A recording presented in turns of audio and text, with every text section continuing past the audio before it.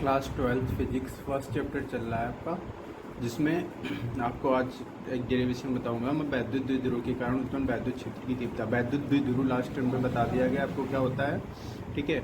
अब वैद्युत द्विध्रुव किससे मिलकर बनता है? वैद्युत आवेश से मिलकर बनता है। और आप जानते हैं वैद्युत आवेश के चारों ओर का वह क्षेत्र जहाँ पर अन्य आवेश वैद्युत बल का अनुभव कर सके वैद्युत क्षेत्र कहलाता है। तो जाहिर सी बात है वैद्युत द्विध्रुव है तो उसकी ओर क्या होगा, उसके चारों ओर वैद्युत क्षेत्र होगा, तो उसके चारों ओर वैद्युत क्षेत्र की तीव्रता का भी अनुभव किया जा सकता है। तो यहाँ पे वैद्युत क्षेत्र की तीव्रता का अनुभव करेंगे किसके द्वारा? वैद्युत द्विध्रुव के कारण। तो वैद्युत द्विध्रुव क्या होता है पहले ये देख लेते हैं। तो माइनस और प्लस क्यू यानी विपरीत और समान आवेश जब एक दूसरे से अल्प दूरी 2l पर रखे हों तो इस निकाय को वैद्युत द्विध्रुव कहते हैं। इसका मिड पॉइंट O ले लिया मैंने। अब मिड पॉइंट से यहाँ से मैंने r दूरी पर एक बिंदु P ले लिया। कहाँ से दूरी ली है? O से दूरी ली, ये ध्यान रखिएगा।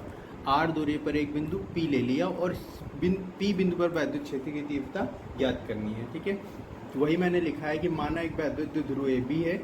वैद्युत द्विध्रुव का नाम क्या है? AB है, जो K परावैद्युतांक वाले माध्यम में रखा है, ठीक है। इस एक माध्यम में रखा है जिसका परावैद्युतांक K है। और वैद्युत द्विध्रुव की अक्षीय स्थिति में, ये अक्षीय स्थिति में, अक्ष की स्थिति में मध्य बिंदु O से r दूरी पर बिंदु P है जिस पर वैद्युत क्षेत्र की तीव्रता ज्ञात करनी है। O से r दूरी पर बिंदु P है, P पर वैद्युत क्षेत्र की तीव्रता निकालनी है। अब P पर वैद्युत क्षेत्र की तीव्रता हम लोग दो आवेश दिख रहे हैं आपको, एक प्लस Q एक माइनस Q। तो पहले प्लस Q के कारण वैद्युत क्षेत्र की तीव्रता निकालेंगे, फिर माइनस Q के कारण तीव्रता निकालेंगे।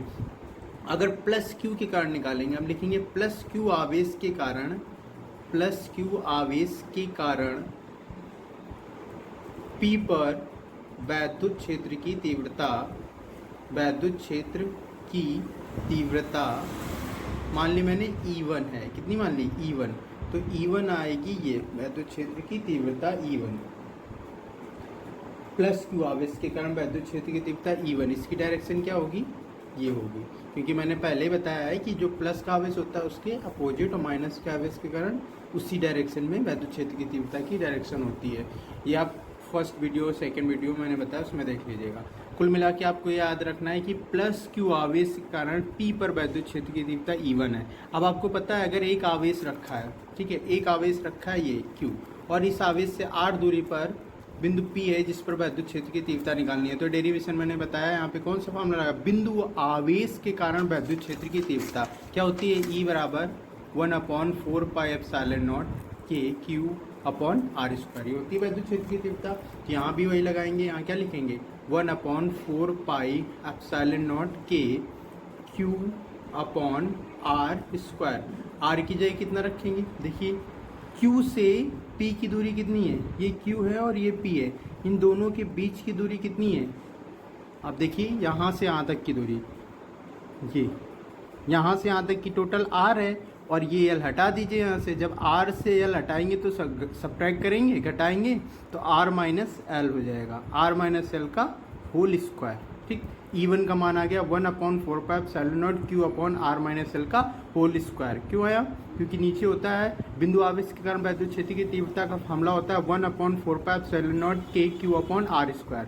r क्या होती है? दूरी होती है। कहाँ से कहाँ तक की दूरी होती है? बिंदु आवेश से उस बिंदु की दूरी जहाँ पर वैद्युत क्षेत्र की तीव्रता निकालनी है। तो यहाँ देखिए बिंदु आवेश से उस बिंदु की दूरी कितनी है? r माइनस एल है, ठीक है। ये इक्वेशन 1 बन गई आपकी। अब सेम यही चीज़ करेंगे माइनस Q के कारण, या लिखेंगे माइनस Q आवेश के कारण। दोनों के कारण वैद्युत क्षेत्र की तीव्रता P पर निकाल लेते हैं। तो माइनस Q आवेश के कारण वैद्युत क्षेत्र की तीव्रता, माइनस Q आवेश के कारण वैद्युत क्षेत्र की तीव्रता E2। E2 इक्वल टू कितना हो जाएगा? 1/4πε0 K और Q अपॉन r²। अब यहाँ पे डिस्टेंस देखो कितनी है? माइनस Q से, माइनस Q यहाँ पे है, यहाँ से अगर डिस्टेंस ली जाए P तक की तो ये यहाँ तक की तो r है, और ये l और जोड़नी पड़ेगी तो कितनी हो जाएगी? r प्लस l का होल स्क्वायर, ठीक है। ये E1 आ गया, ये E2 आ गया। अब E1 E2 आ गया। अब क्या करेंगे इनका अब E2 की डायरेक्शन देखेंगे। तो E2 किसके कारण लग रहा है? माइनस Q के कारण, माइनस के कारण, तो इसकी डायरेक्शन ये हो जाएगी, ठीक है। आगे देखते हैं। बिंदु P पर परिणामी तीव्रता E1 व E2 के सदिश योग की बराबर होगी। क्योंकि E1 व E2 की दिशा अपोजिट है, विपरीत है, तब परिणामी तीव्रता E equal to E1 minus E2। देखिए डायरेक्शन मैंने दिखाई है, इधर है, ये इधर है, अपोजिट डायरेक्शन है, तो जो परिणामी तीव्रता निकालेंगे तो दोनों को सब्ट्रैक्ट करके निकालेंगे।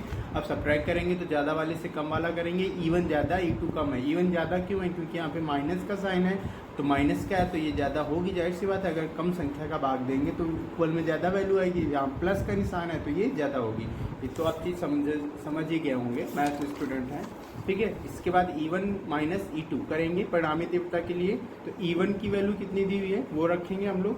E1 है 1/4πε0k Q अपॉन E1 मैंने कितनी निकाली थी R माइनस एल का होल स्क्वायर माइनस E2 कितनी है 1/4πε0k Q upon R plus l का होल स्क्वायर। अब यहाँ पे देखिए कॉमन वैल्यू कॉमन कर लीजिए, 1/4πε0k दोनों में है, कॉमन कर सकते हैं। Q भी कॉमन करके लिख सकते हैं, तो अंदर कितना बचेगा 1/R माइनस एल का whole square minus 1/R plus l का होल स्क्वायर।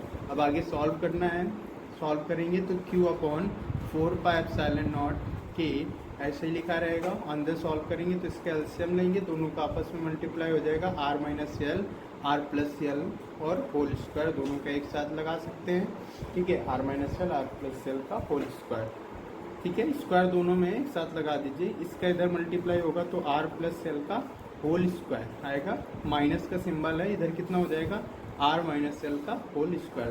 तो समझ आ रहा होगा। अब Q अपॉन 4πε0k इसको इसी तरह लिख दिया। अब यहाँ पे क्या करेंगे, ये देखिए a minus b a plus b लिखा है, तो a minus b into a plus b क्या होता है a square minus b square, ठीक है। और इसका होल स्क्वायर ये वाला इसी तरह लगा देंगे। यहाँ पे a प्लस बी का होल स्क्वायर खोलेंगे तो R square plus L square plus 2RL, ठीक है। माइनस का सिंबल लगाएंगे, इधर खोलेंगे तो R square minus L square और प्लस का 2RL। ये बात समझ में आ गई होगी। बाहर माइनस होगा और ये ब्रैकेट के अंदर R square plus L square minus 2RL आएगा।